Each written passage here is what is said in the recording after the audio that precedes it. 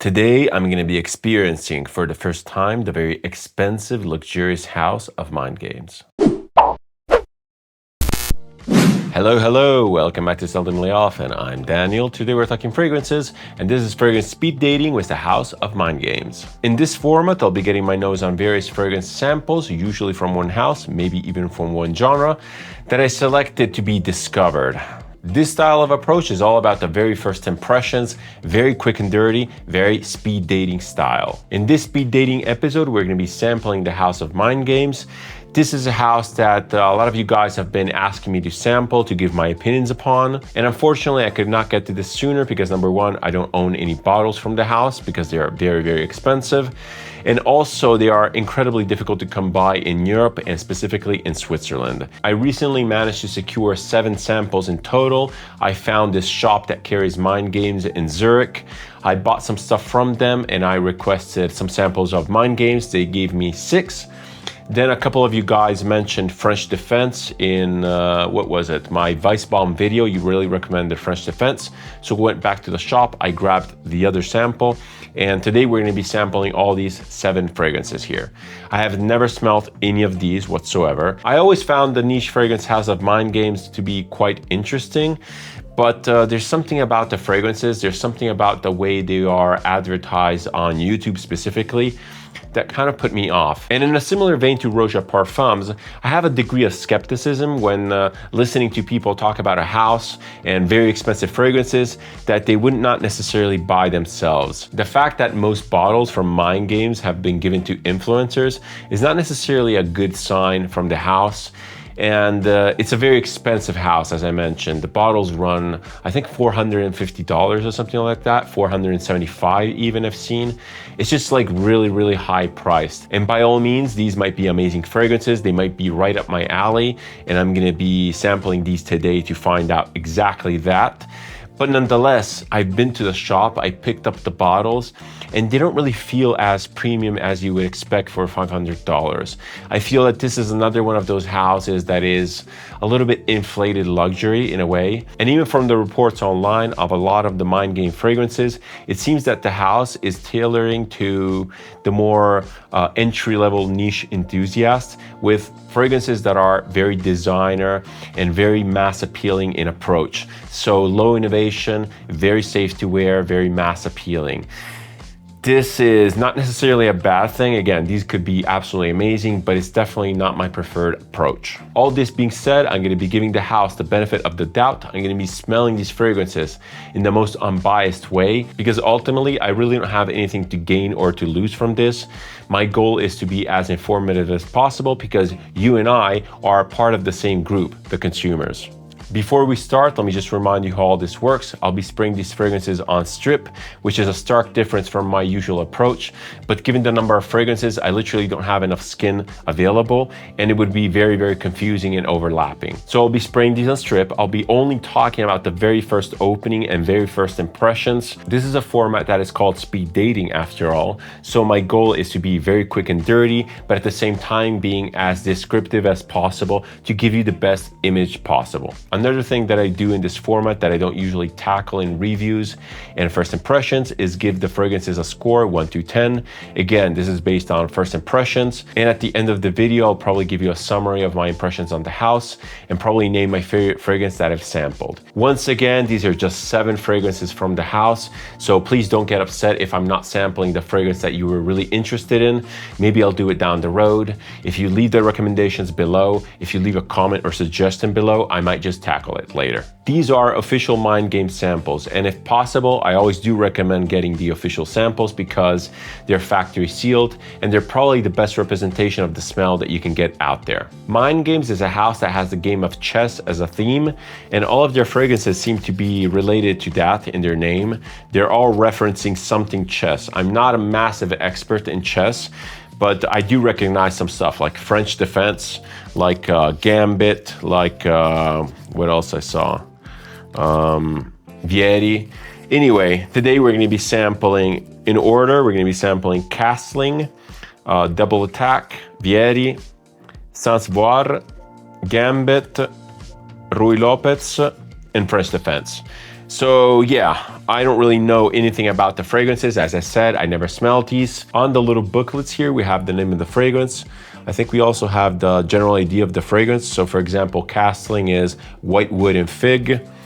Inside there is text. I don't have time to read this out for you, so I'll be sampling these completely blind. I'm noticing that some of the cards for these fragrances are white, the other ones being black. I'm not really sure if this has to do with the intensity of the fragrance. Maybe the lighter ones are white, the more darker, richer ones are black, or it might even be like feminine, masculine. I'm not really sure what's going on, but I'll try to keep note of this. All right, enough blabbering, let's get right to it. The first one that we're gonna be sampling here is Castling. As I said, this appears to be white wood and fig, so maybe light, who knows. All right, let's pull out the sample. This looks like a fairly standard sample, fairly standard atomizers. I say we go with 2 sprays on each card here. Yeah, it's not spraying. Hey, hello.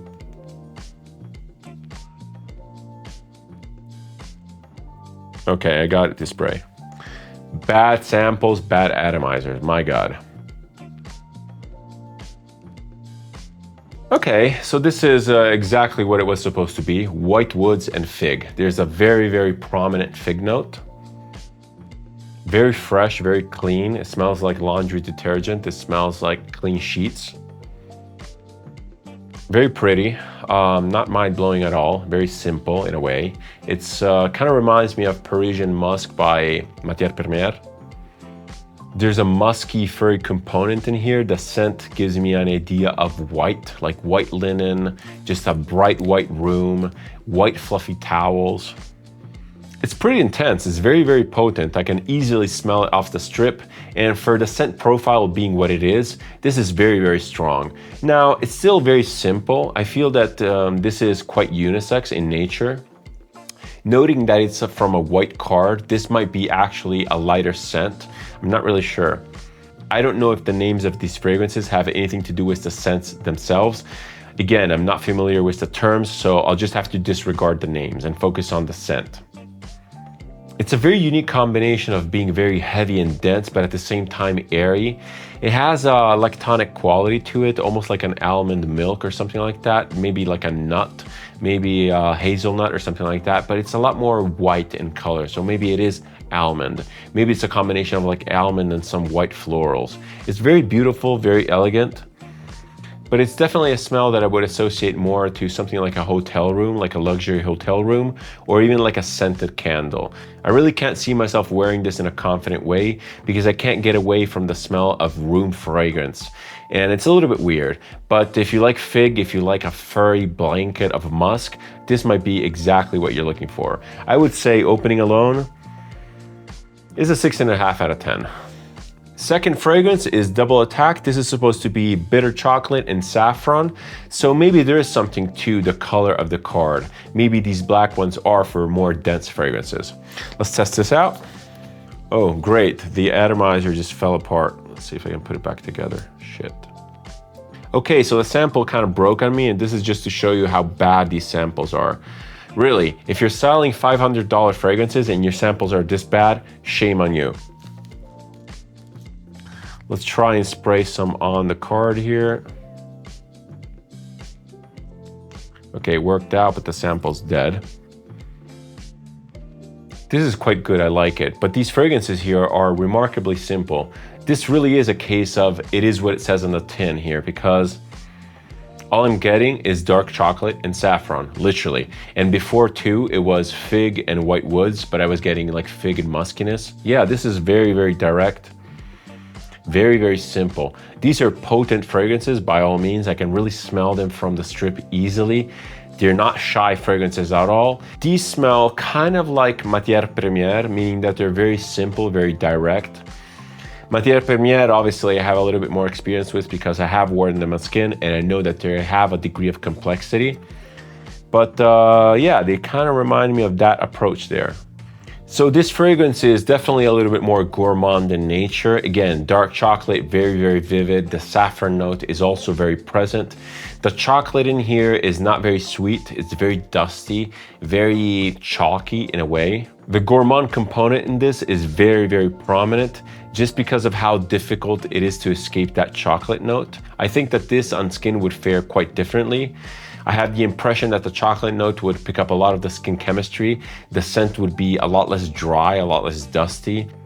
Despite the fragrance coming across as very dark brown in color, almost like dark chocolate shavings, like those dark chocolate bricks that you chop up with a knife and you use in dessert making. This smells kind of like that, but nonetheless, it's very airy, very fresh in a way. The whole scent profile sits in the mid-tone to top tone. This could be a very unique wear experience because again, you have the combination of the saffron, that's a very dense smell. You have a combination of the dark chocolate, but the whole thing is very elegant and airy.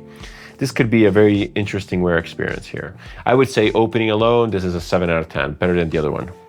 Next fragrance is Vieri. This is supposed to be citron and musk. So maybe we are onto something. Maybe the lighter cartons are for lighter fragrances. Let's smell this bad boy up here. Hopefully the atomizer in this one here works. As per now, we are 0 for 2. One wasn't spraying well and the other one broke. All right, 2 sprays. Not spraying, great. Hello. God, these things are bad. This atomizer is not spraying, and this is an absolute shame because again, these fragrances, as a reminder, they cost $500. And if such a luxurious house is putting out this crap as their official samples, there's something terribly wrong here. I think I'm gonna skip this, I'll try it later, but I'm definitely annoyed. Okay, never mind, I managed to take the atomizer apart. Now it appears to be spraying. This is an absolute shame, and I'm very, very disappointed in Mind Games here. Oops, not spraying again. Not spraying again. It sprayed once, great.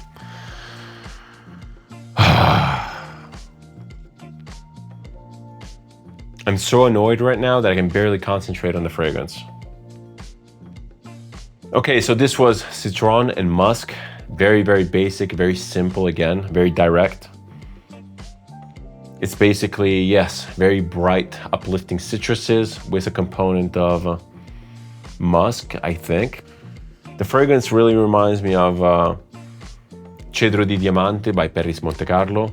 I can't smell the musk itself, but there's something in the background that's giving this fragrance a lot of boost. It doesn't come across as ambroxan. It doesn't have that weird marini type of smell. It might be some sort of amber wood that's giving this a lot of body, but the fragrance, once again, is potent, it's present, but very, very simple. This again gives me room spray type of vibes. It gives me clean hotel. It gives me clean sheets.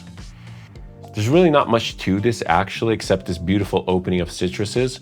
And actually this reminds me of my grandfather when he used to come back from Costa Azur. He used to bring us a very specific type of lemon fragrance that I can't recall off the top of my head, but it smells exactly like that. It smells like a pure lemon perfume.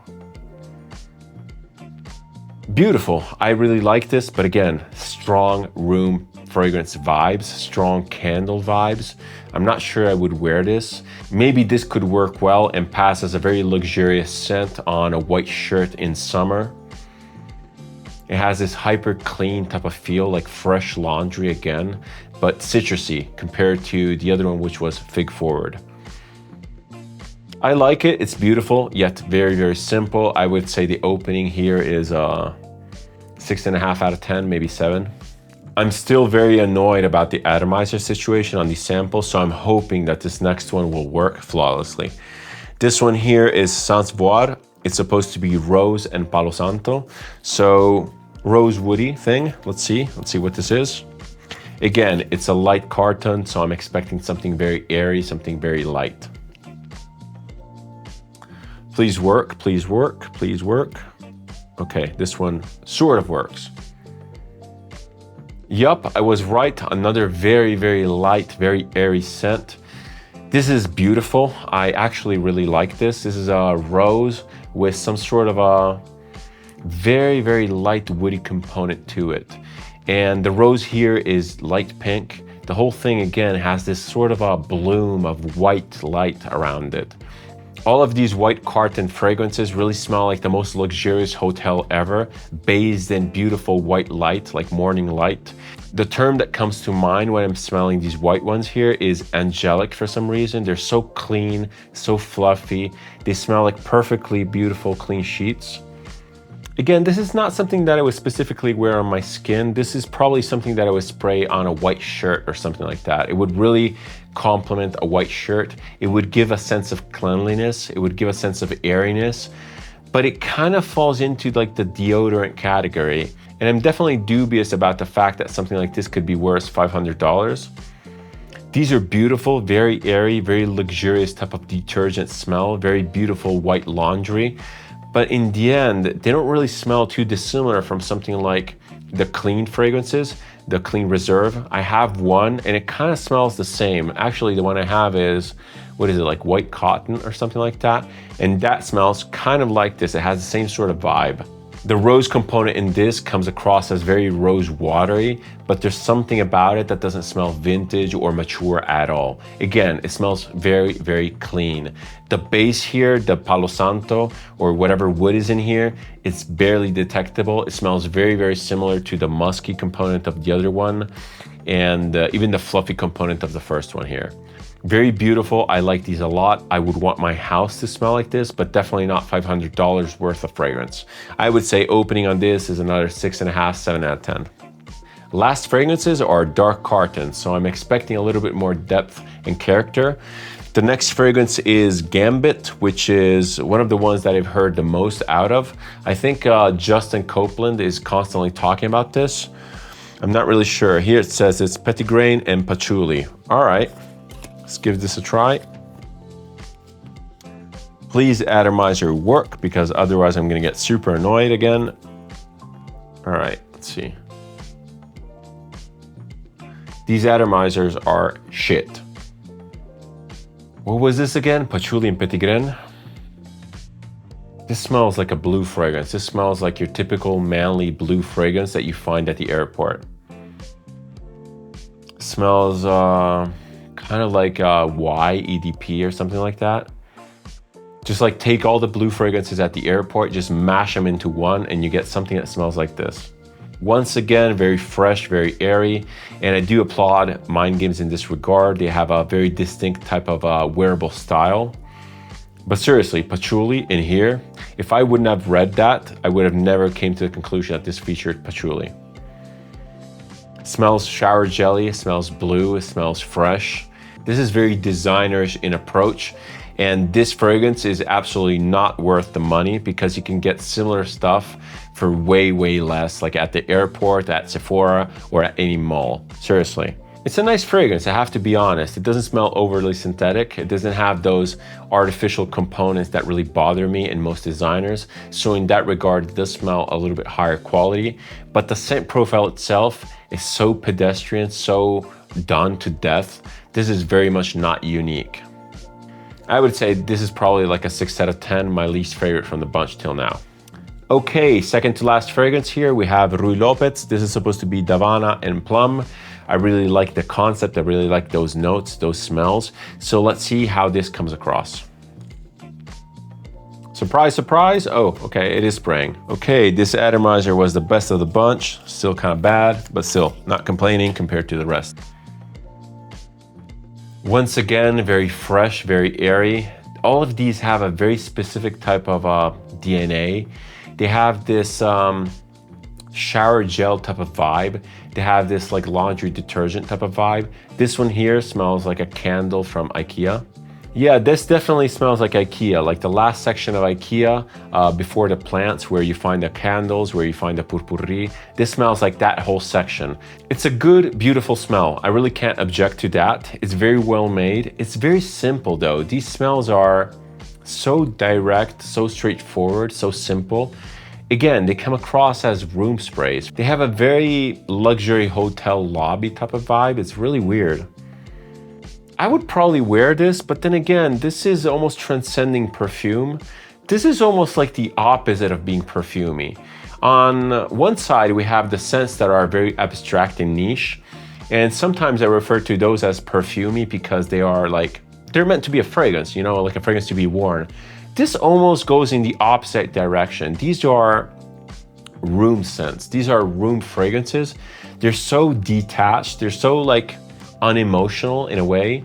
They're very beautiful scents, but they're completely sterile. They're very clinical, and they feel like they've been designed by AI or something like that. These are really good scents, but they're so sterile. They're so devoid of emotion. They're so devoid of humanity. I really can't stress enough how much these remind me of the color white. Like a white room devoid of anything. The furniture in there is white, everything is white. It's almost like sensory deprivation. It's so weird. And again, these are potent, but they're very light and airy. They're so unusual, very, very unusual.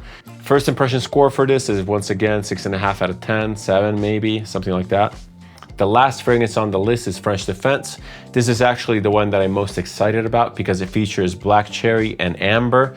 I love cherry, I love that synthetic cherry note. Let's see what this smells like. Given how all these others fared, I'm expecting a very simple concoction, very airy, very fresh, very synthetic, and very devoid of emotions. Oh, not working. Oh, wait. Okay, I got in a couple sprays. Yep, this is exactly what I thought it was going to be. Very airy, very fresh. There's almost like a mentholated aspect to this. It's really interesting. This literally smells like the sublimation fumes of a cherry popsicle. So if you open the package and you bring it to your nose and you're about to lick it, you get these fumes and it smells exactly like that. Very, very fresh, very zingy, very energetic. I like this a lot. But again, I'm very partial to cherry. But once again, this is a very simple scent, very one note, very one dimensional. I do like it a lot, but it still smells kind of like a candle. The more I'm smelling it, the more I'm getting, again, those IKEA vibes.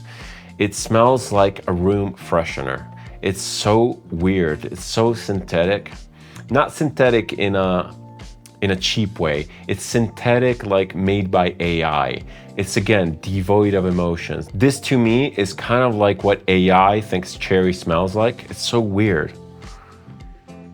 It's such a weird experience. I could probably wear this because I like the cherry note. I could probably wear all of these, but they're so strange. I really think that I need to test these on skin and see how these fare because again, they have this weird cleanliness to it. They have this high-end detergent type of smell. They have this luxury hotel type of smell. These are really, really weird and they don't really smell like something that is meant to be worn by a human. So strange. I have to say that I like this a lot because of the cherry note. The cherry in here is very much like an artificial cherry note. It smells like cherry Kool-Aid.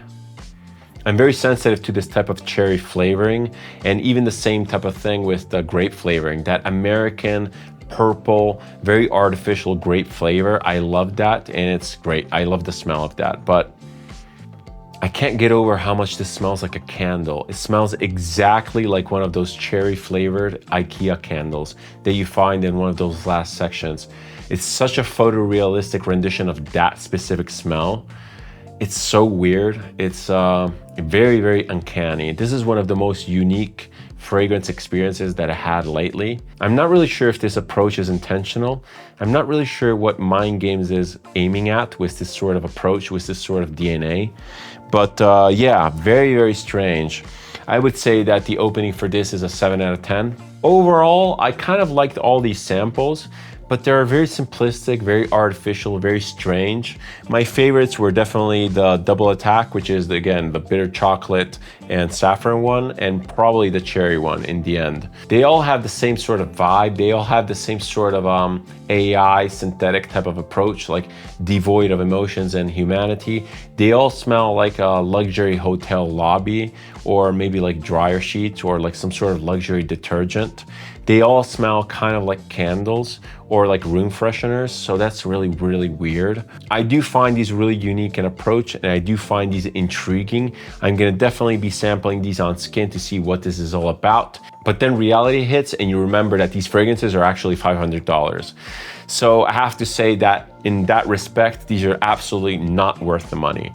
Even if they last 24 freaking hours, they're still not worth the money. Just because they're such simple, one-directional, one-dimensional scents. And unless you're absolutely in love with the idea of smelling like a candle, these to me are a hard pass. In my opinion, the most unique aspect of these mind games is actually that synthetic AI sort of approach. These feel made by a machine. They don't feel made by a human. I really need to look into this because I really want to see who the perfumer is for these, if it's even disclosed. I really want to see what the concept is behind the house. I want to read up on a bit of the marketing. If nothing else, this has been one of the most interesting experiences in perfumery that I've had recently. I'm still very confused, very puzzled. But yeah, very interesting house. I will not be purchasing anything from the house. Way too expensive, way too overpriced. And I do not recommend you go out and blind buy because these are not what you think they are. These are fragrances which are very particular in style. I would really advise anyone who is interested in the house to grab a bunch of samples just so that you can really pinpoint that really weird and synthetic type of DNA. So I don't really know how to end this. I'm still very confused, still very puzzled. But if nothing else, Mind Games has shown me today that the language of perfumery, that the world of perfumery is incredibly vast and there's so many possibilities out there. Get your nose out there, get your nose out of the comfort zone and experience new things. If you like this type of content, if you like my approach to videos, feel free to subscribe. It's always massively appreciated and it helps the channel. If you want to interact with me, leave a comment, suggestion, opinion, or anything else down below. I always reply and I always keep the conversation open. Thank you so much for watching. Thank you so much for your time. Never taken for granted. As per usual, many more videos to come, mini reviews, first impressions, speed dating. See you in the next one. Cheers.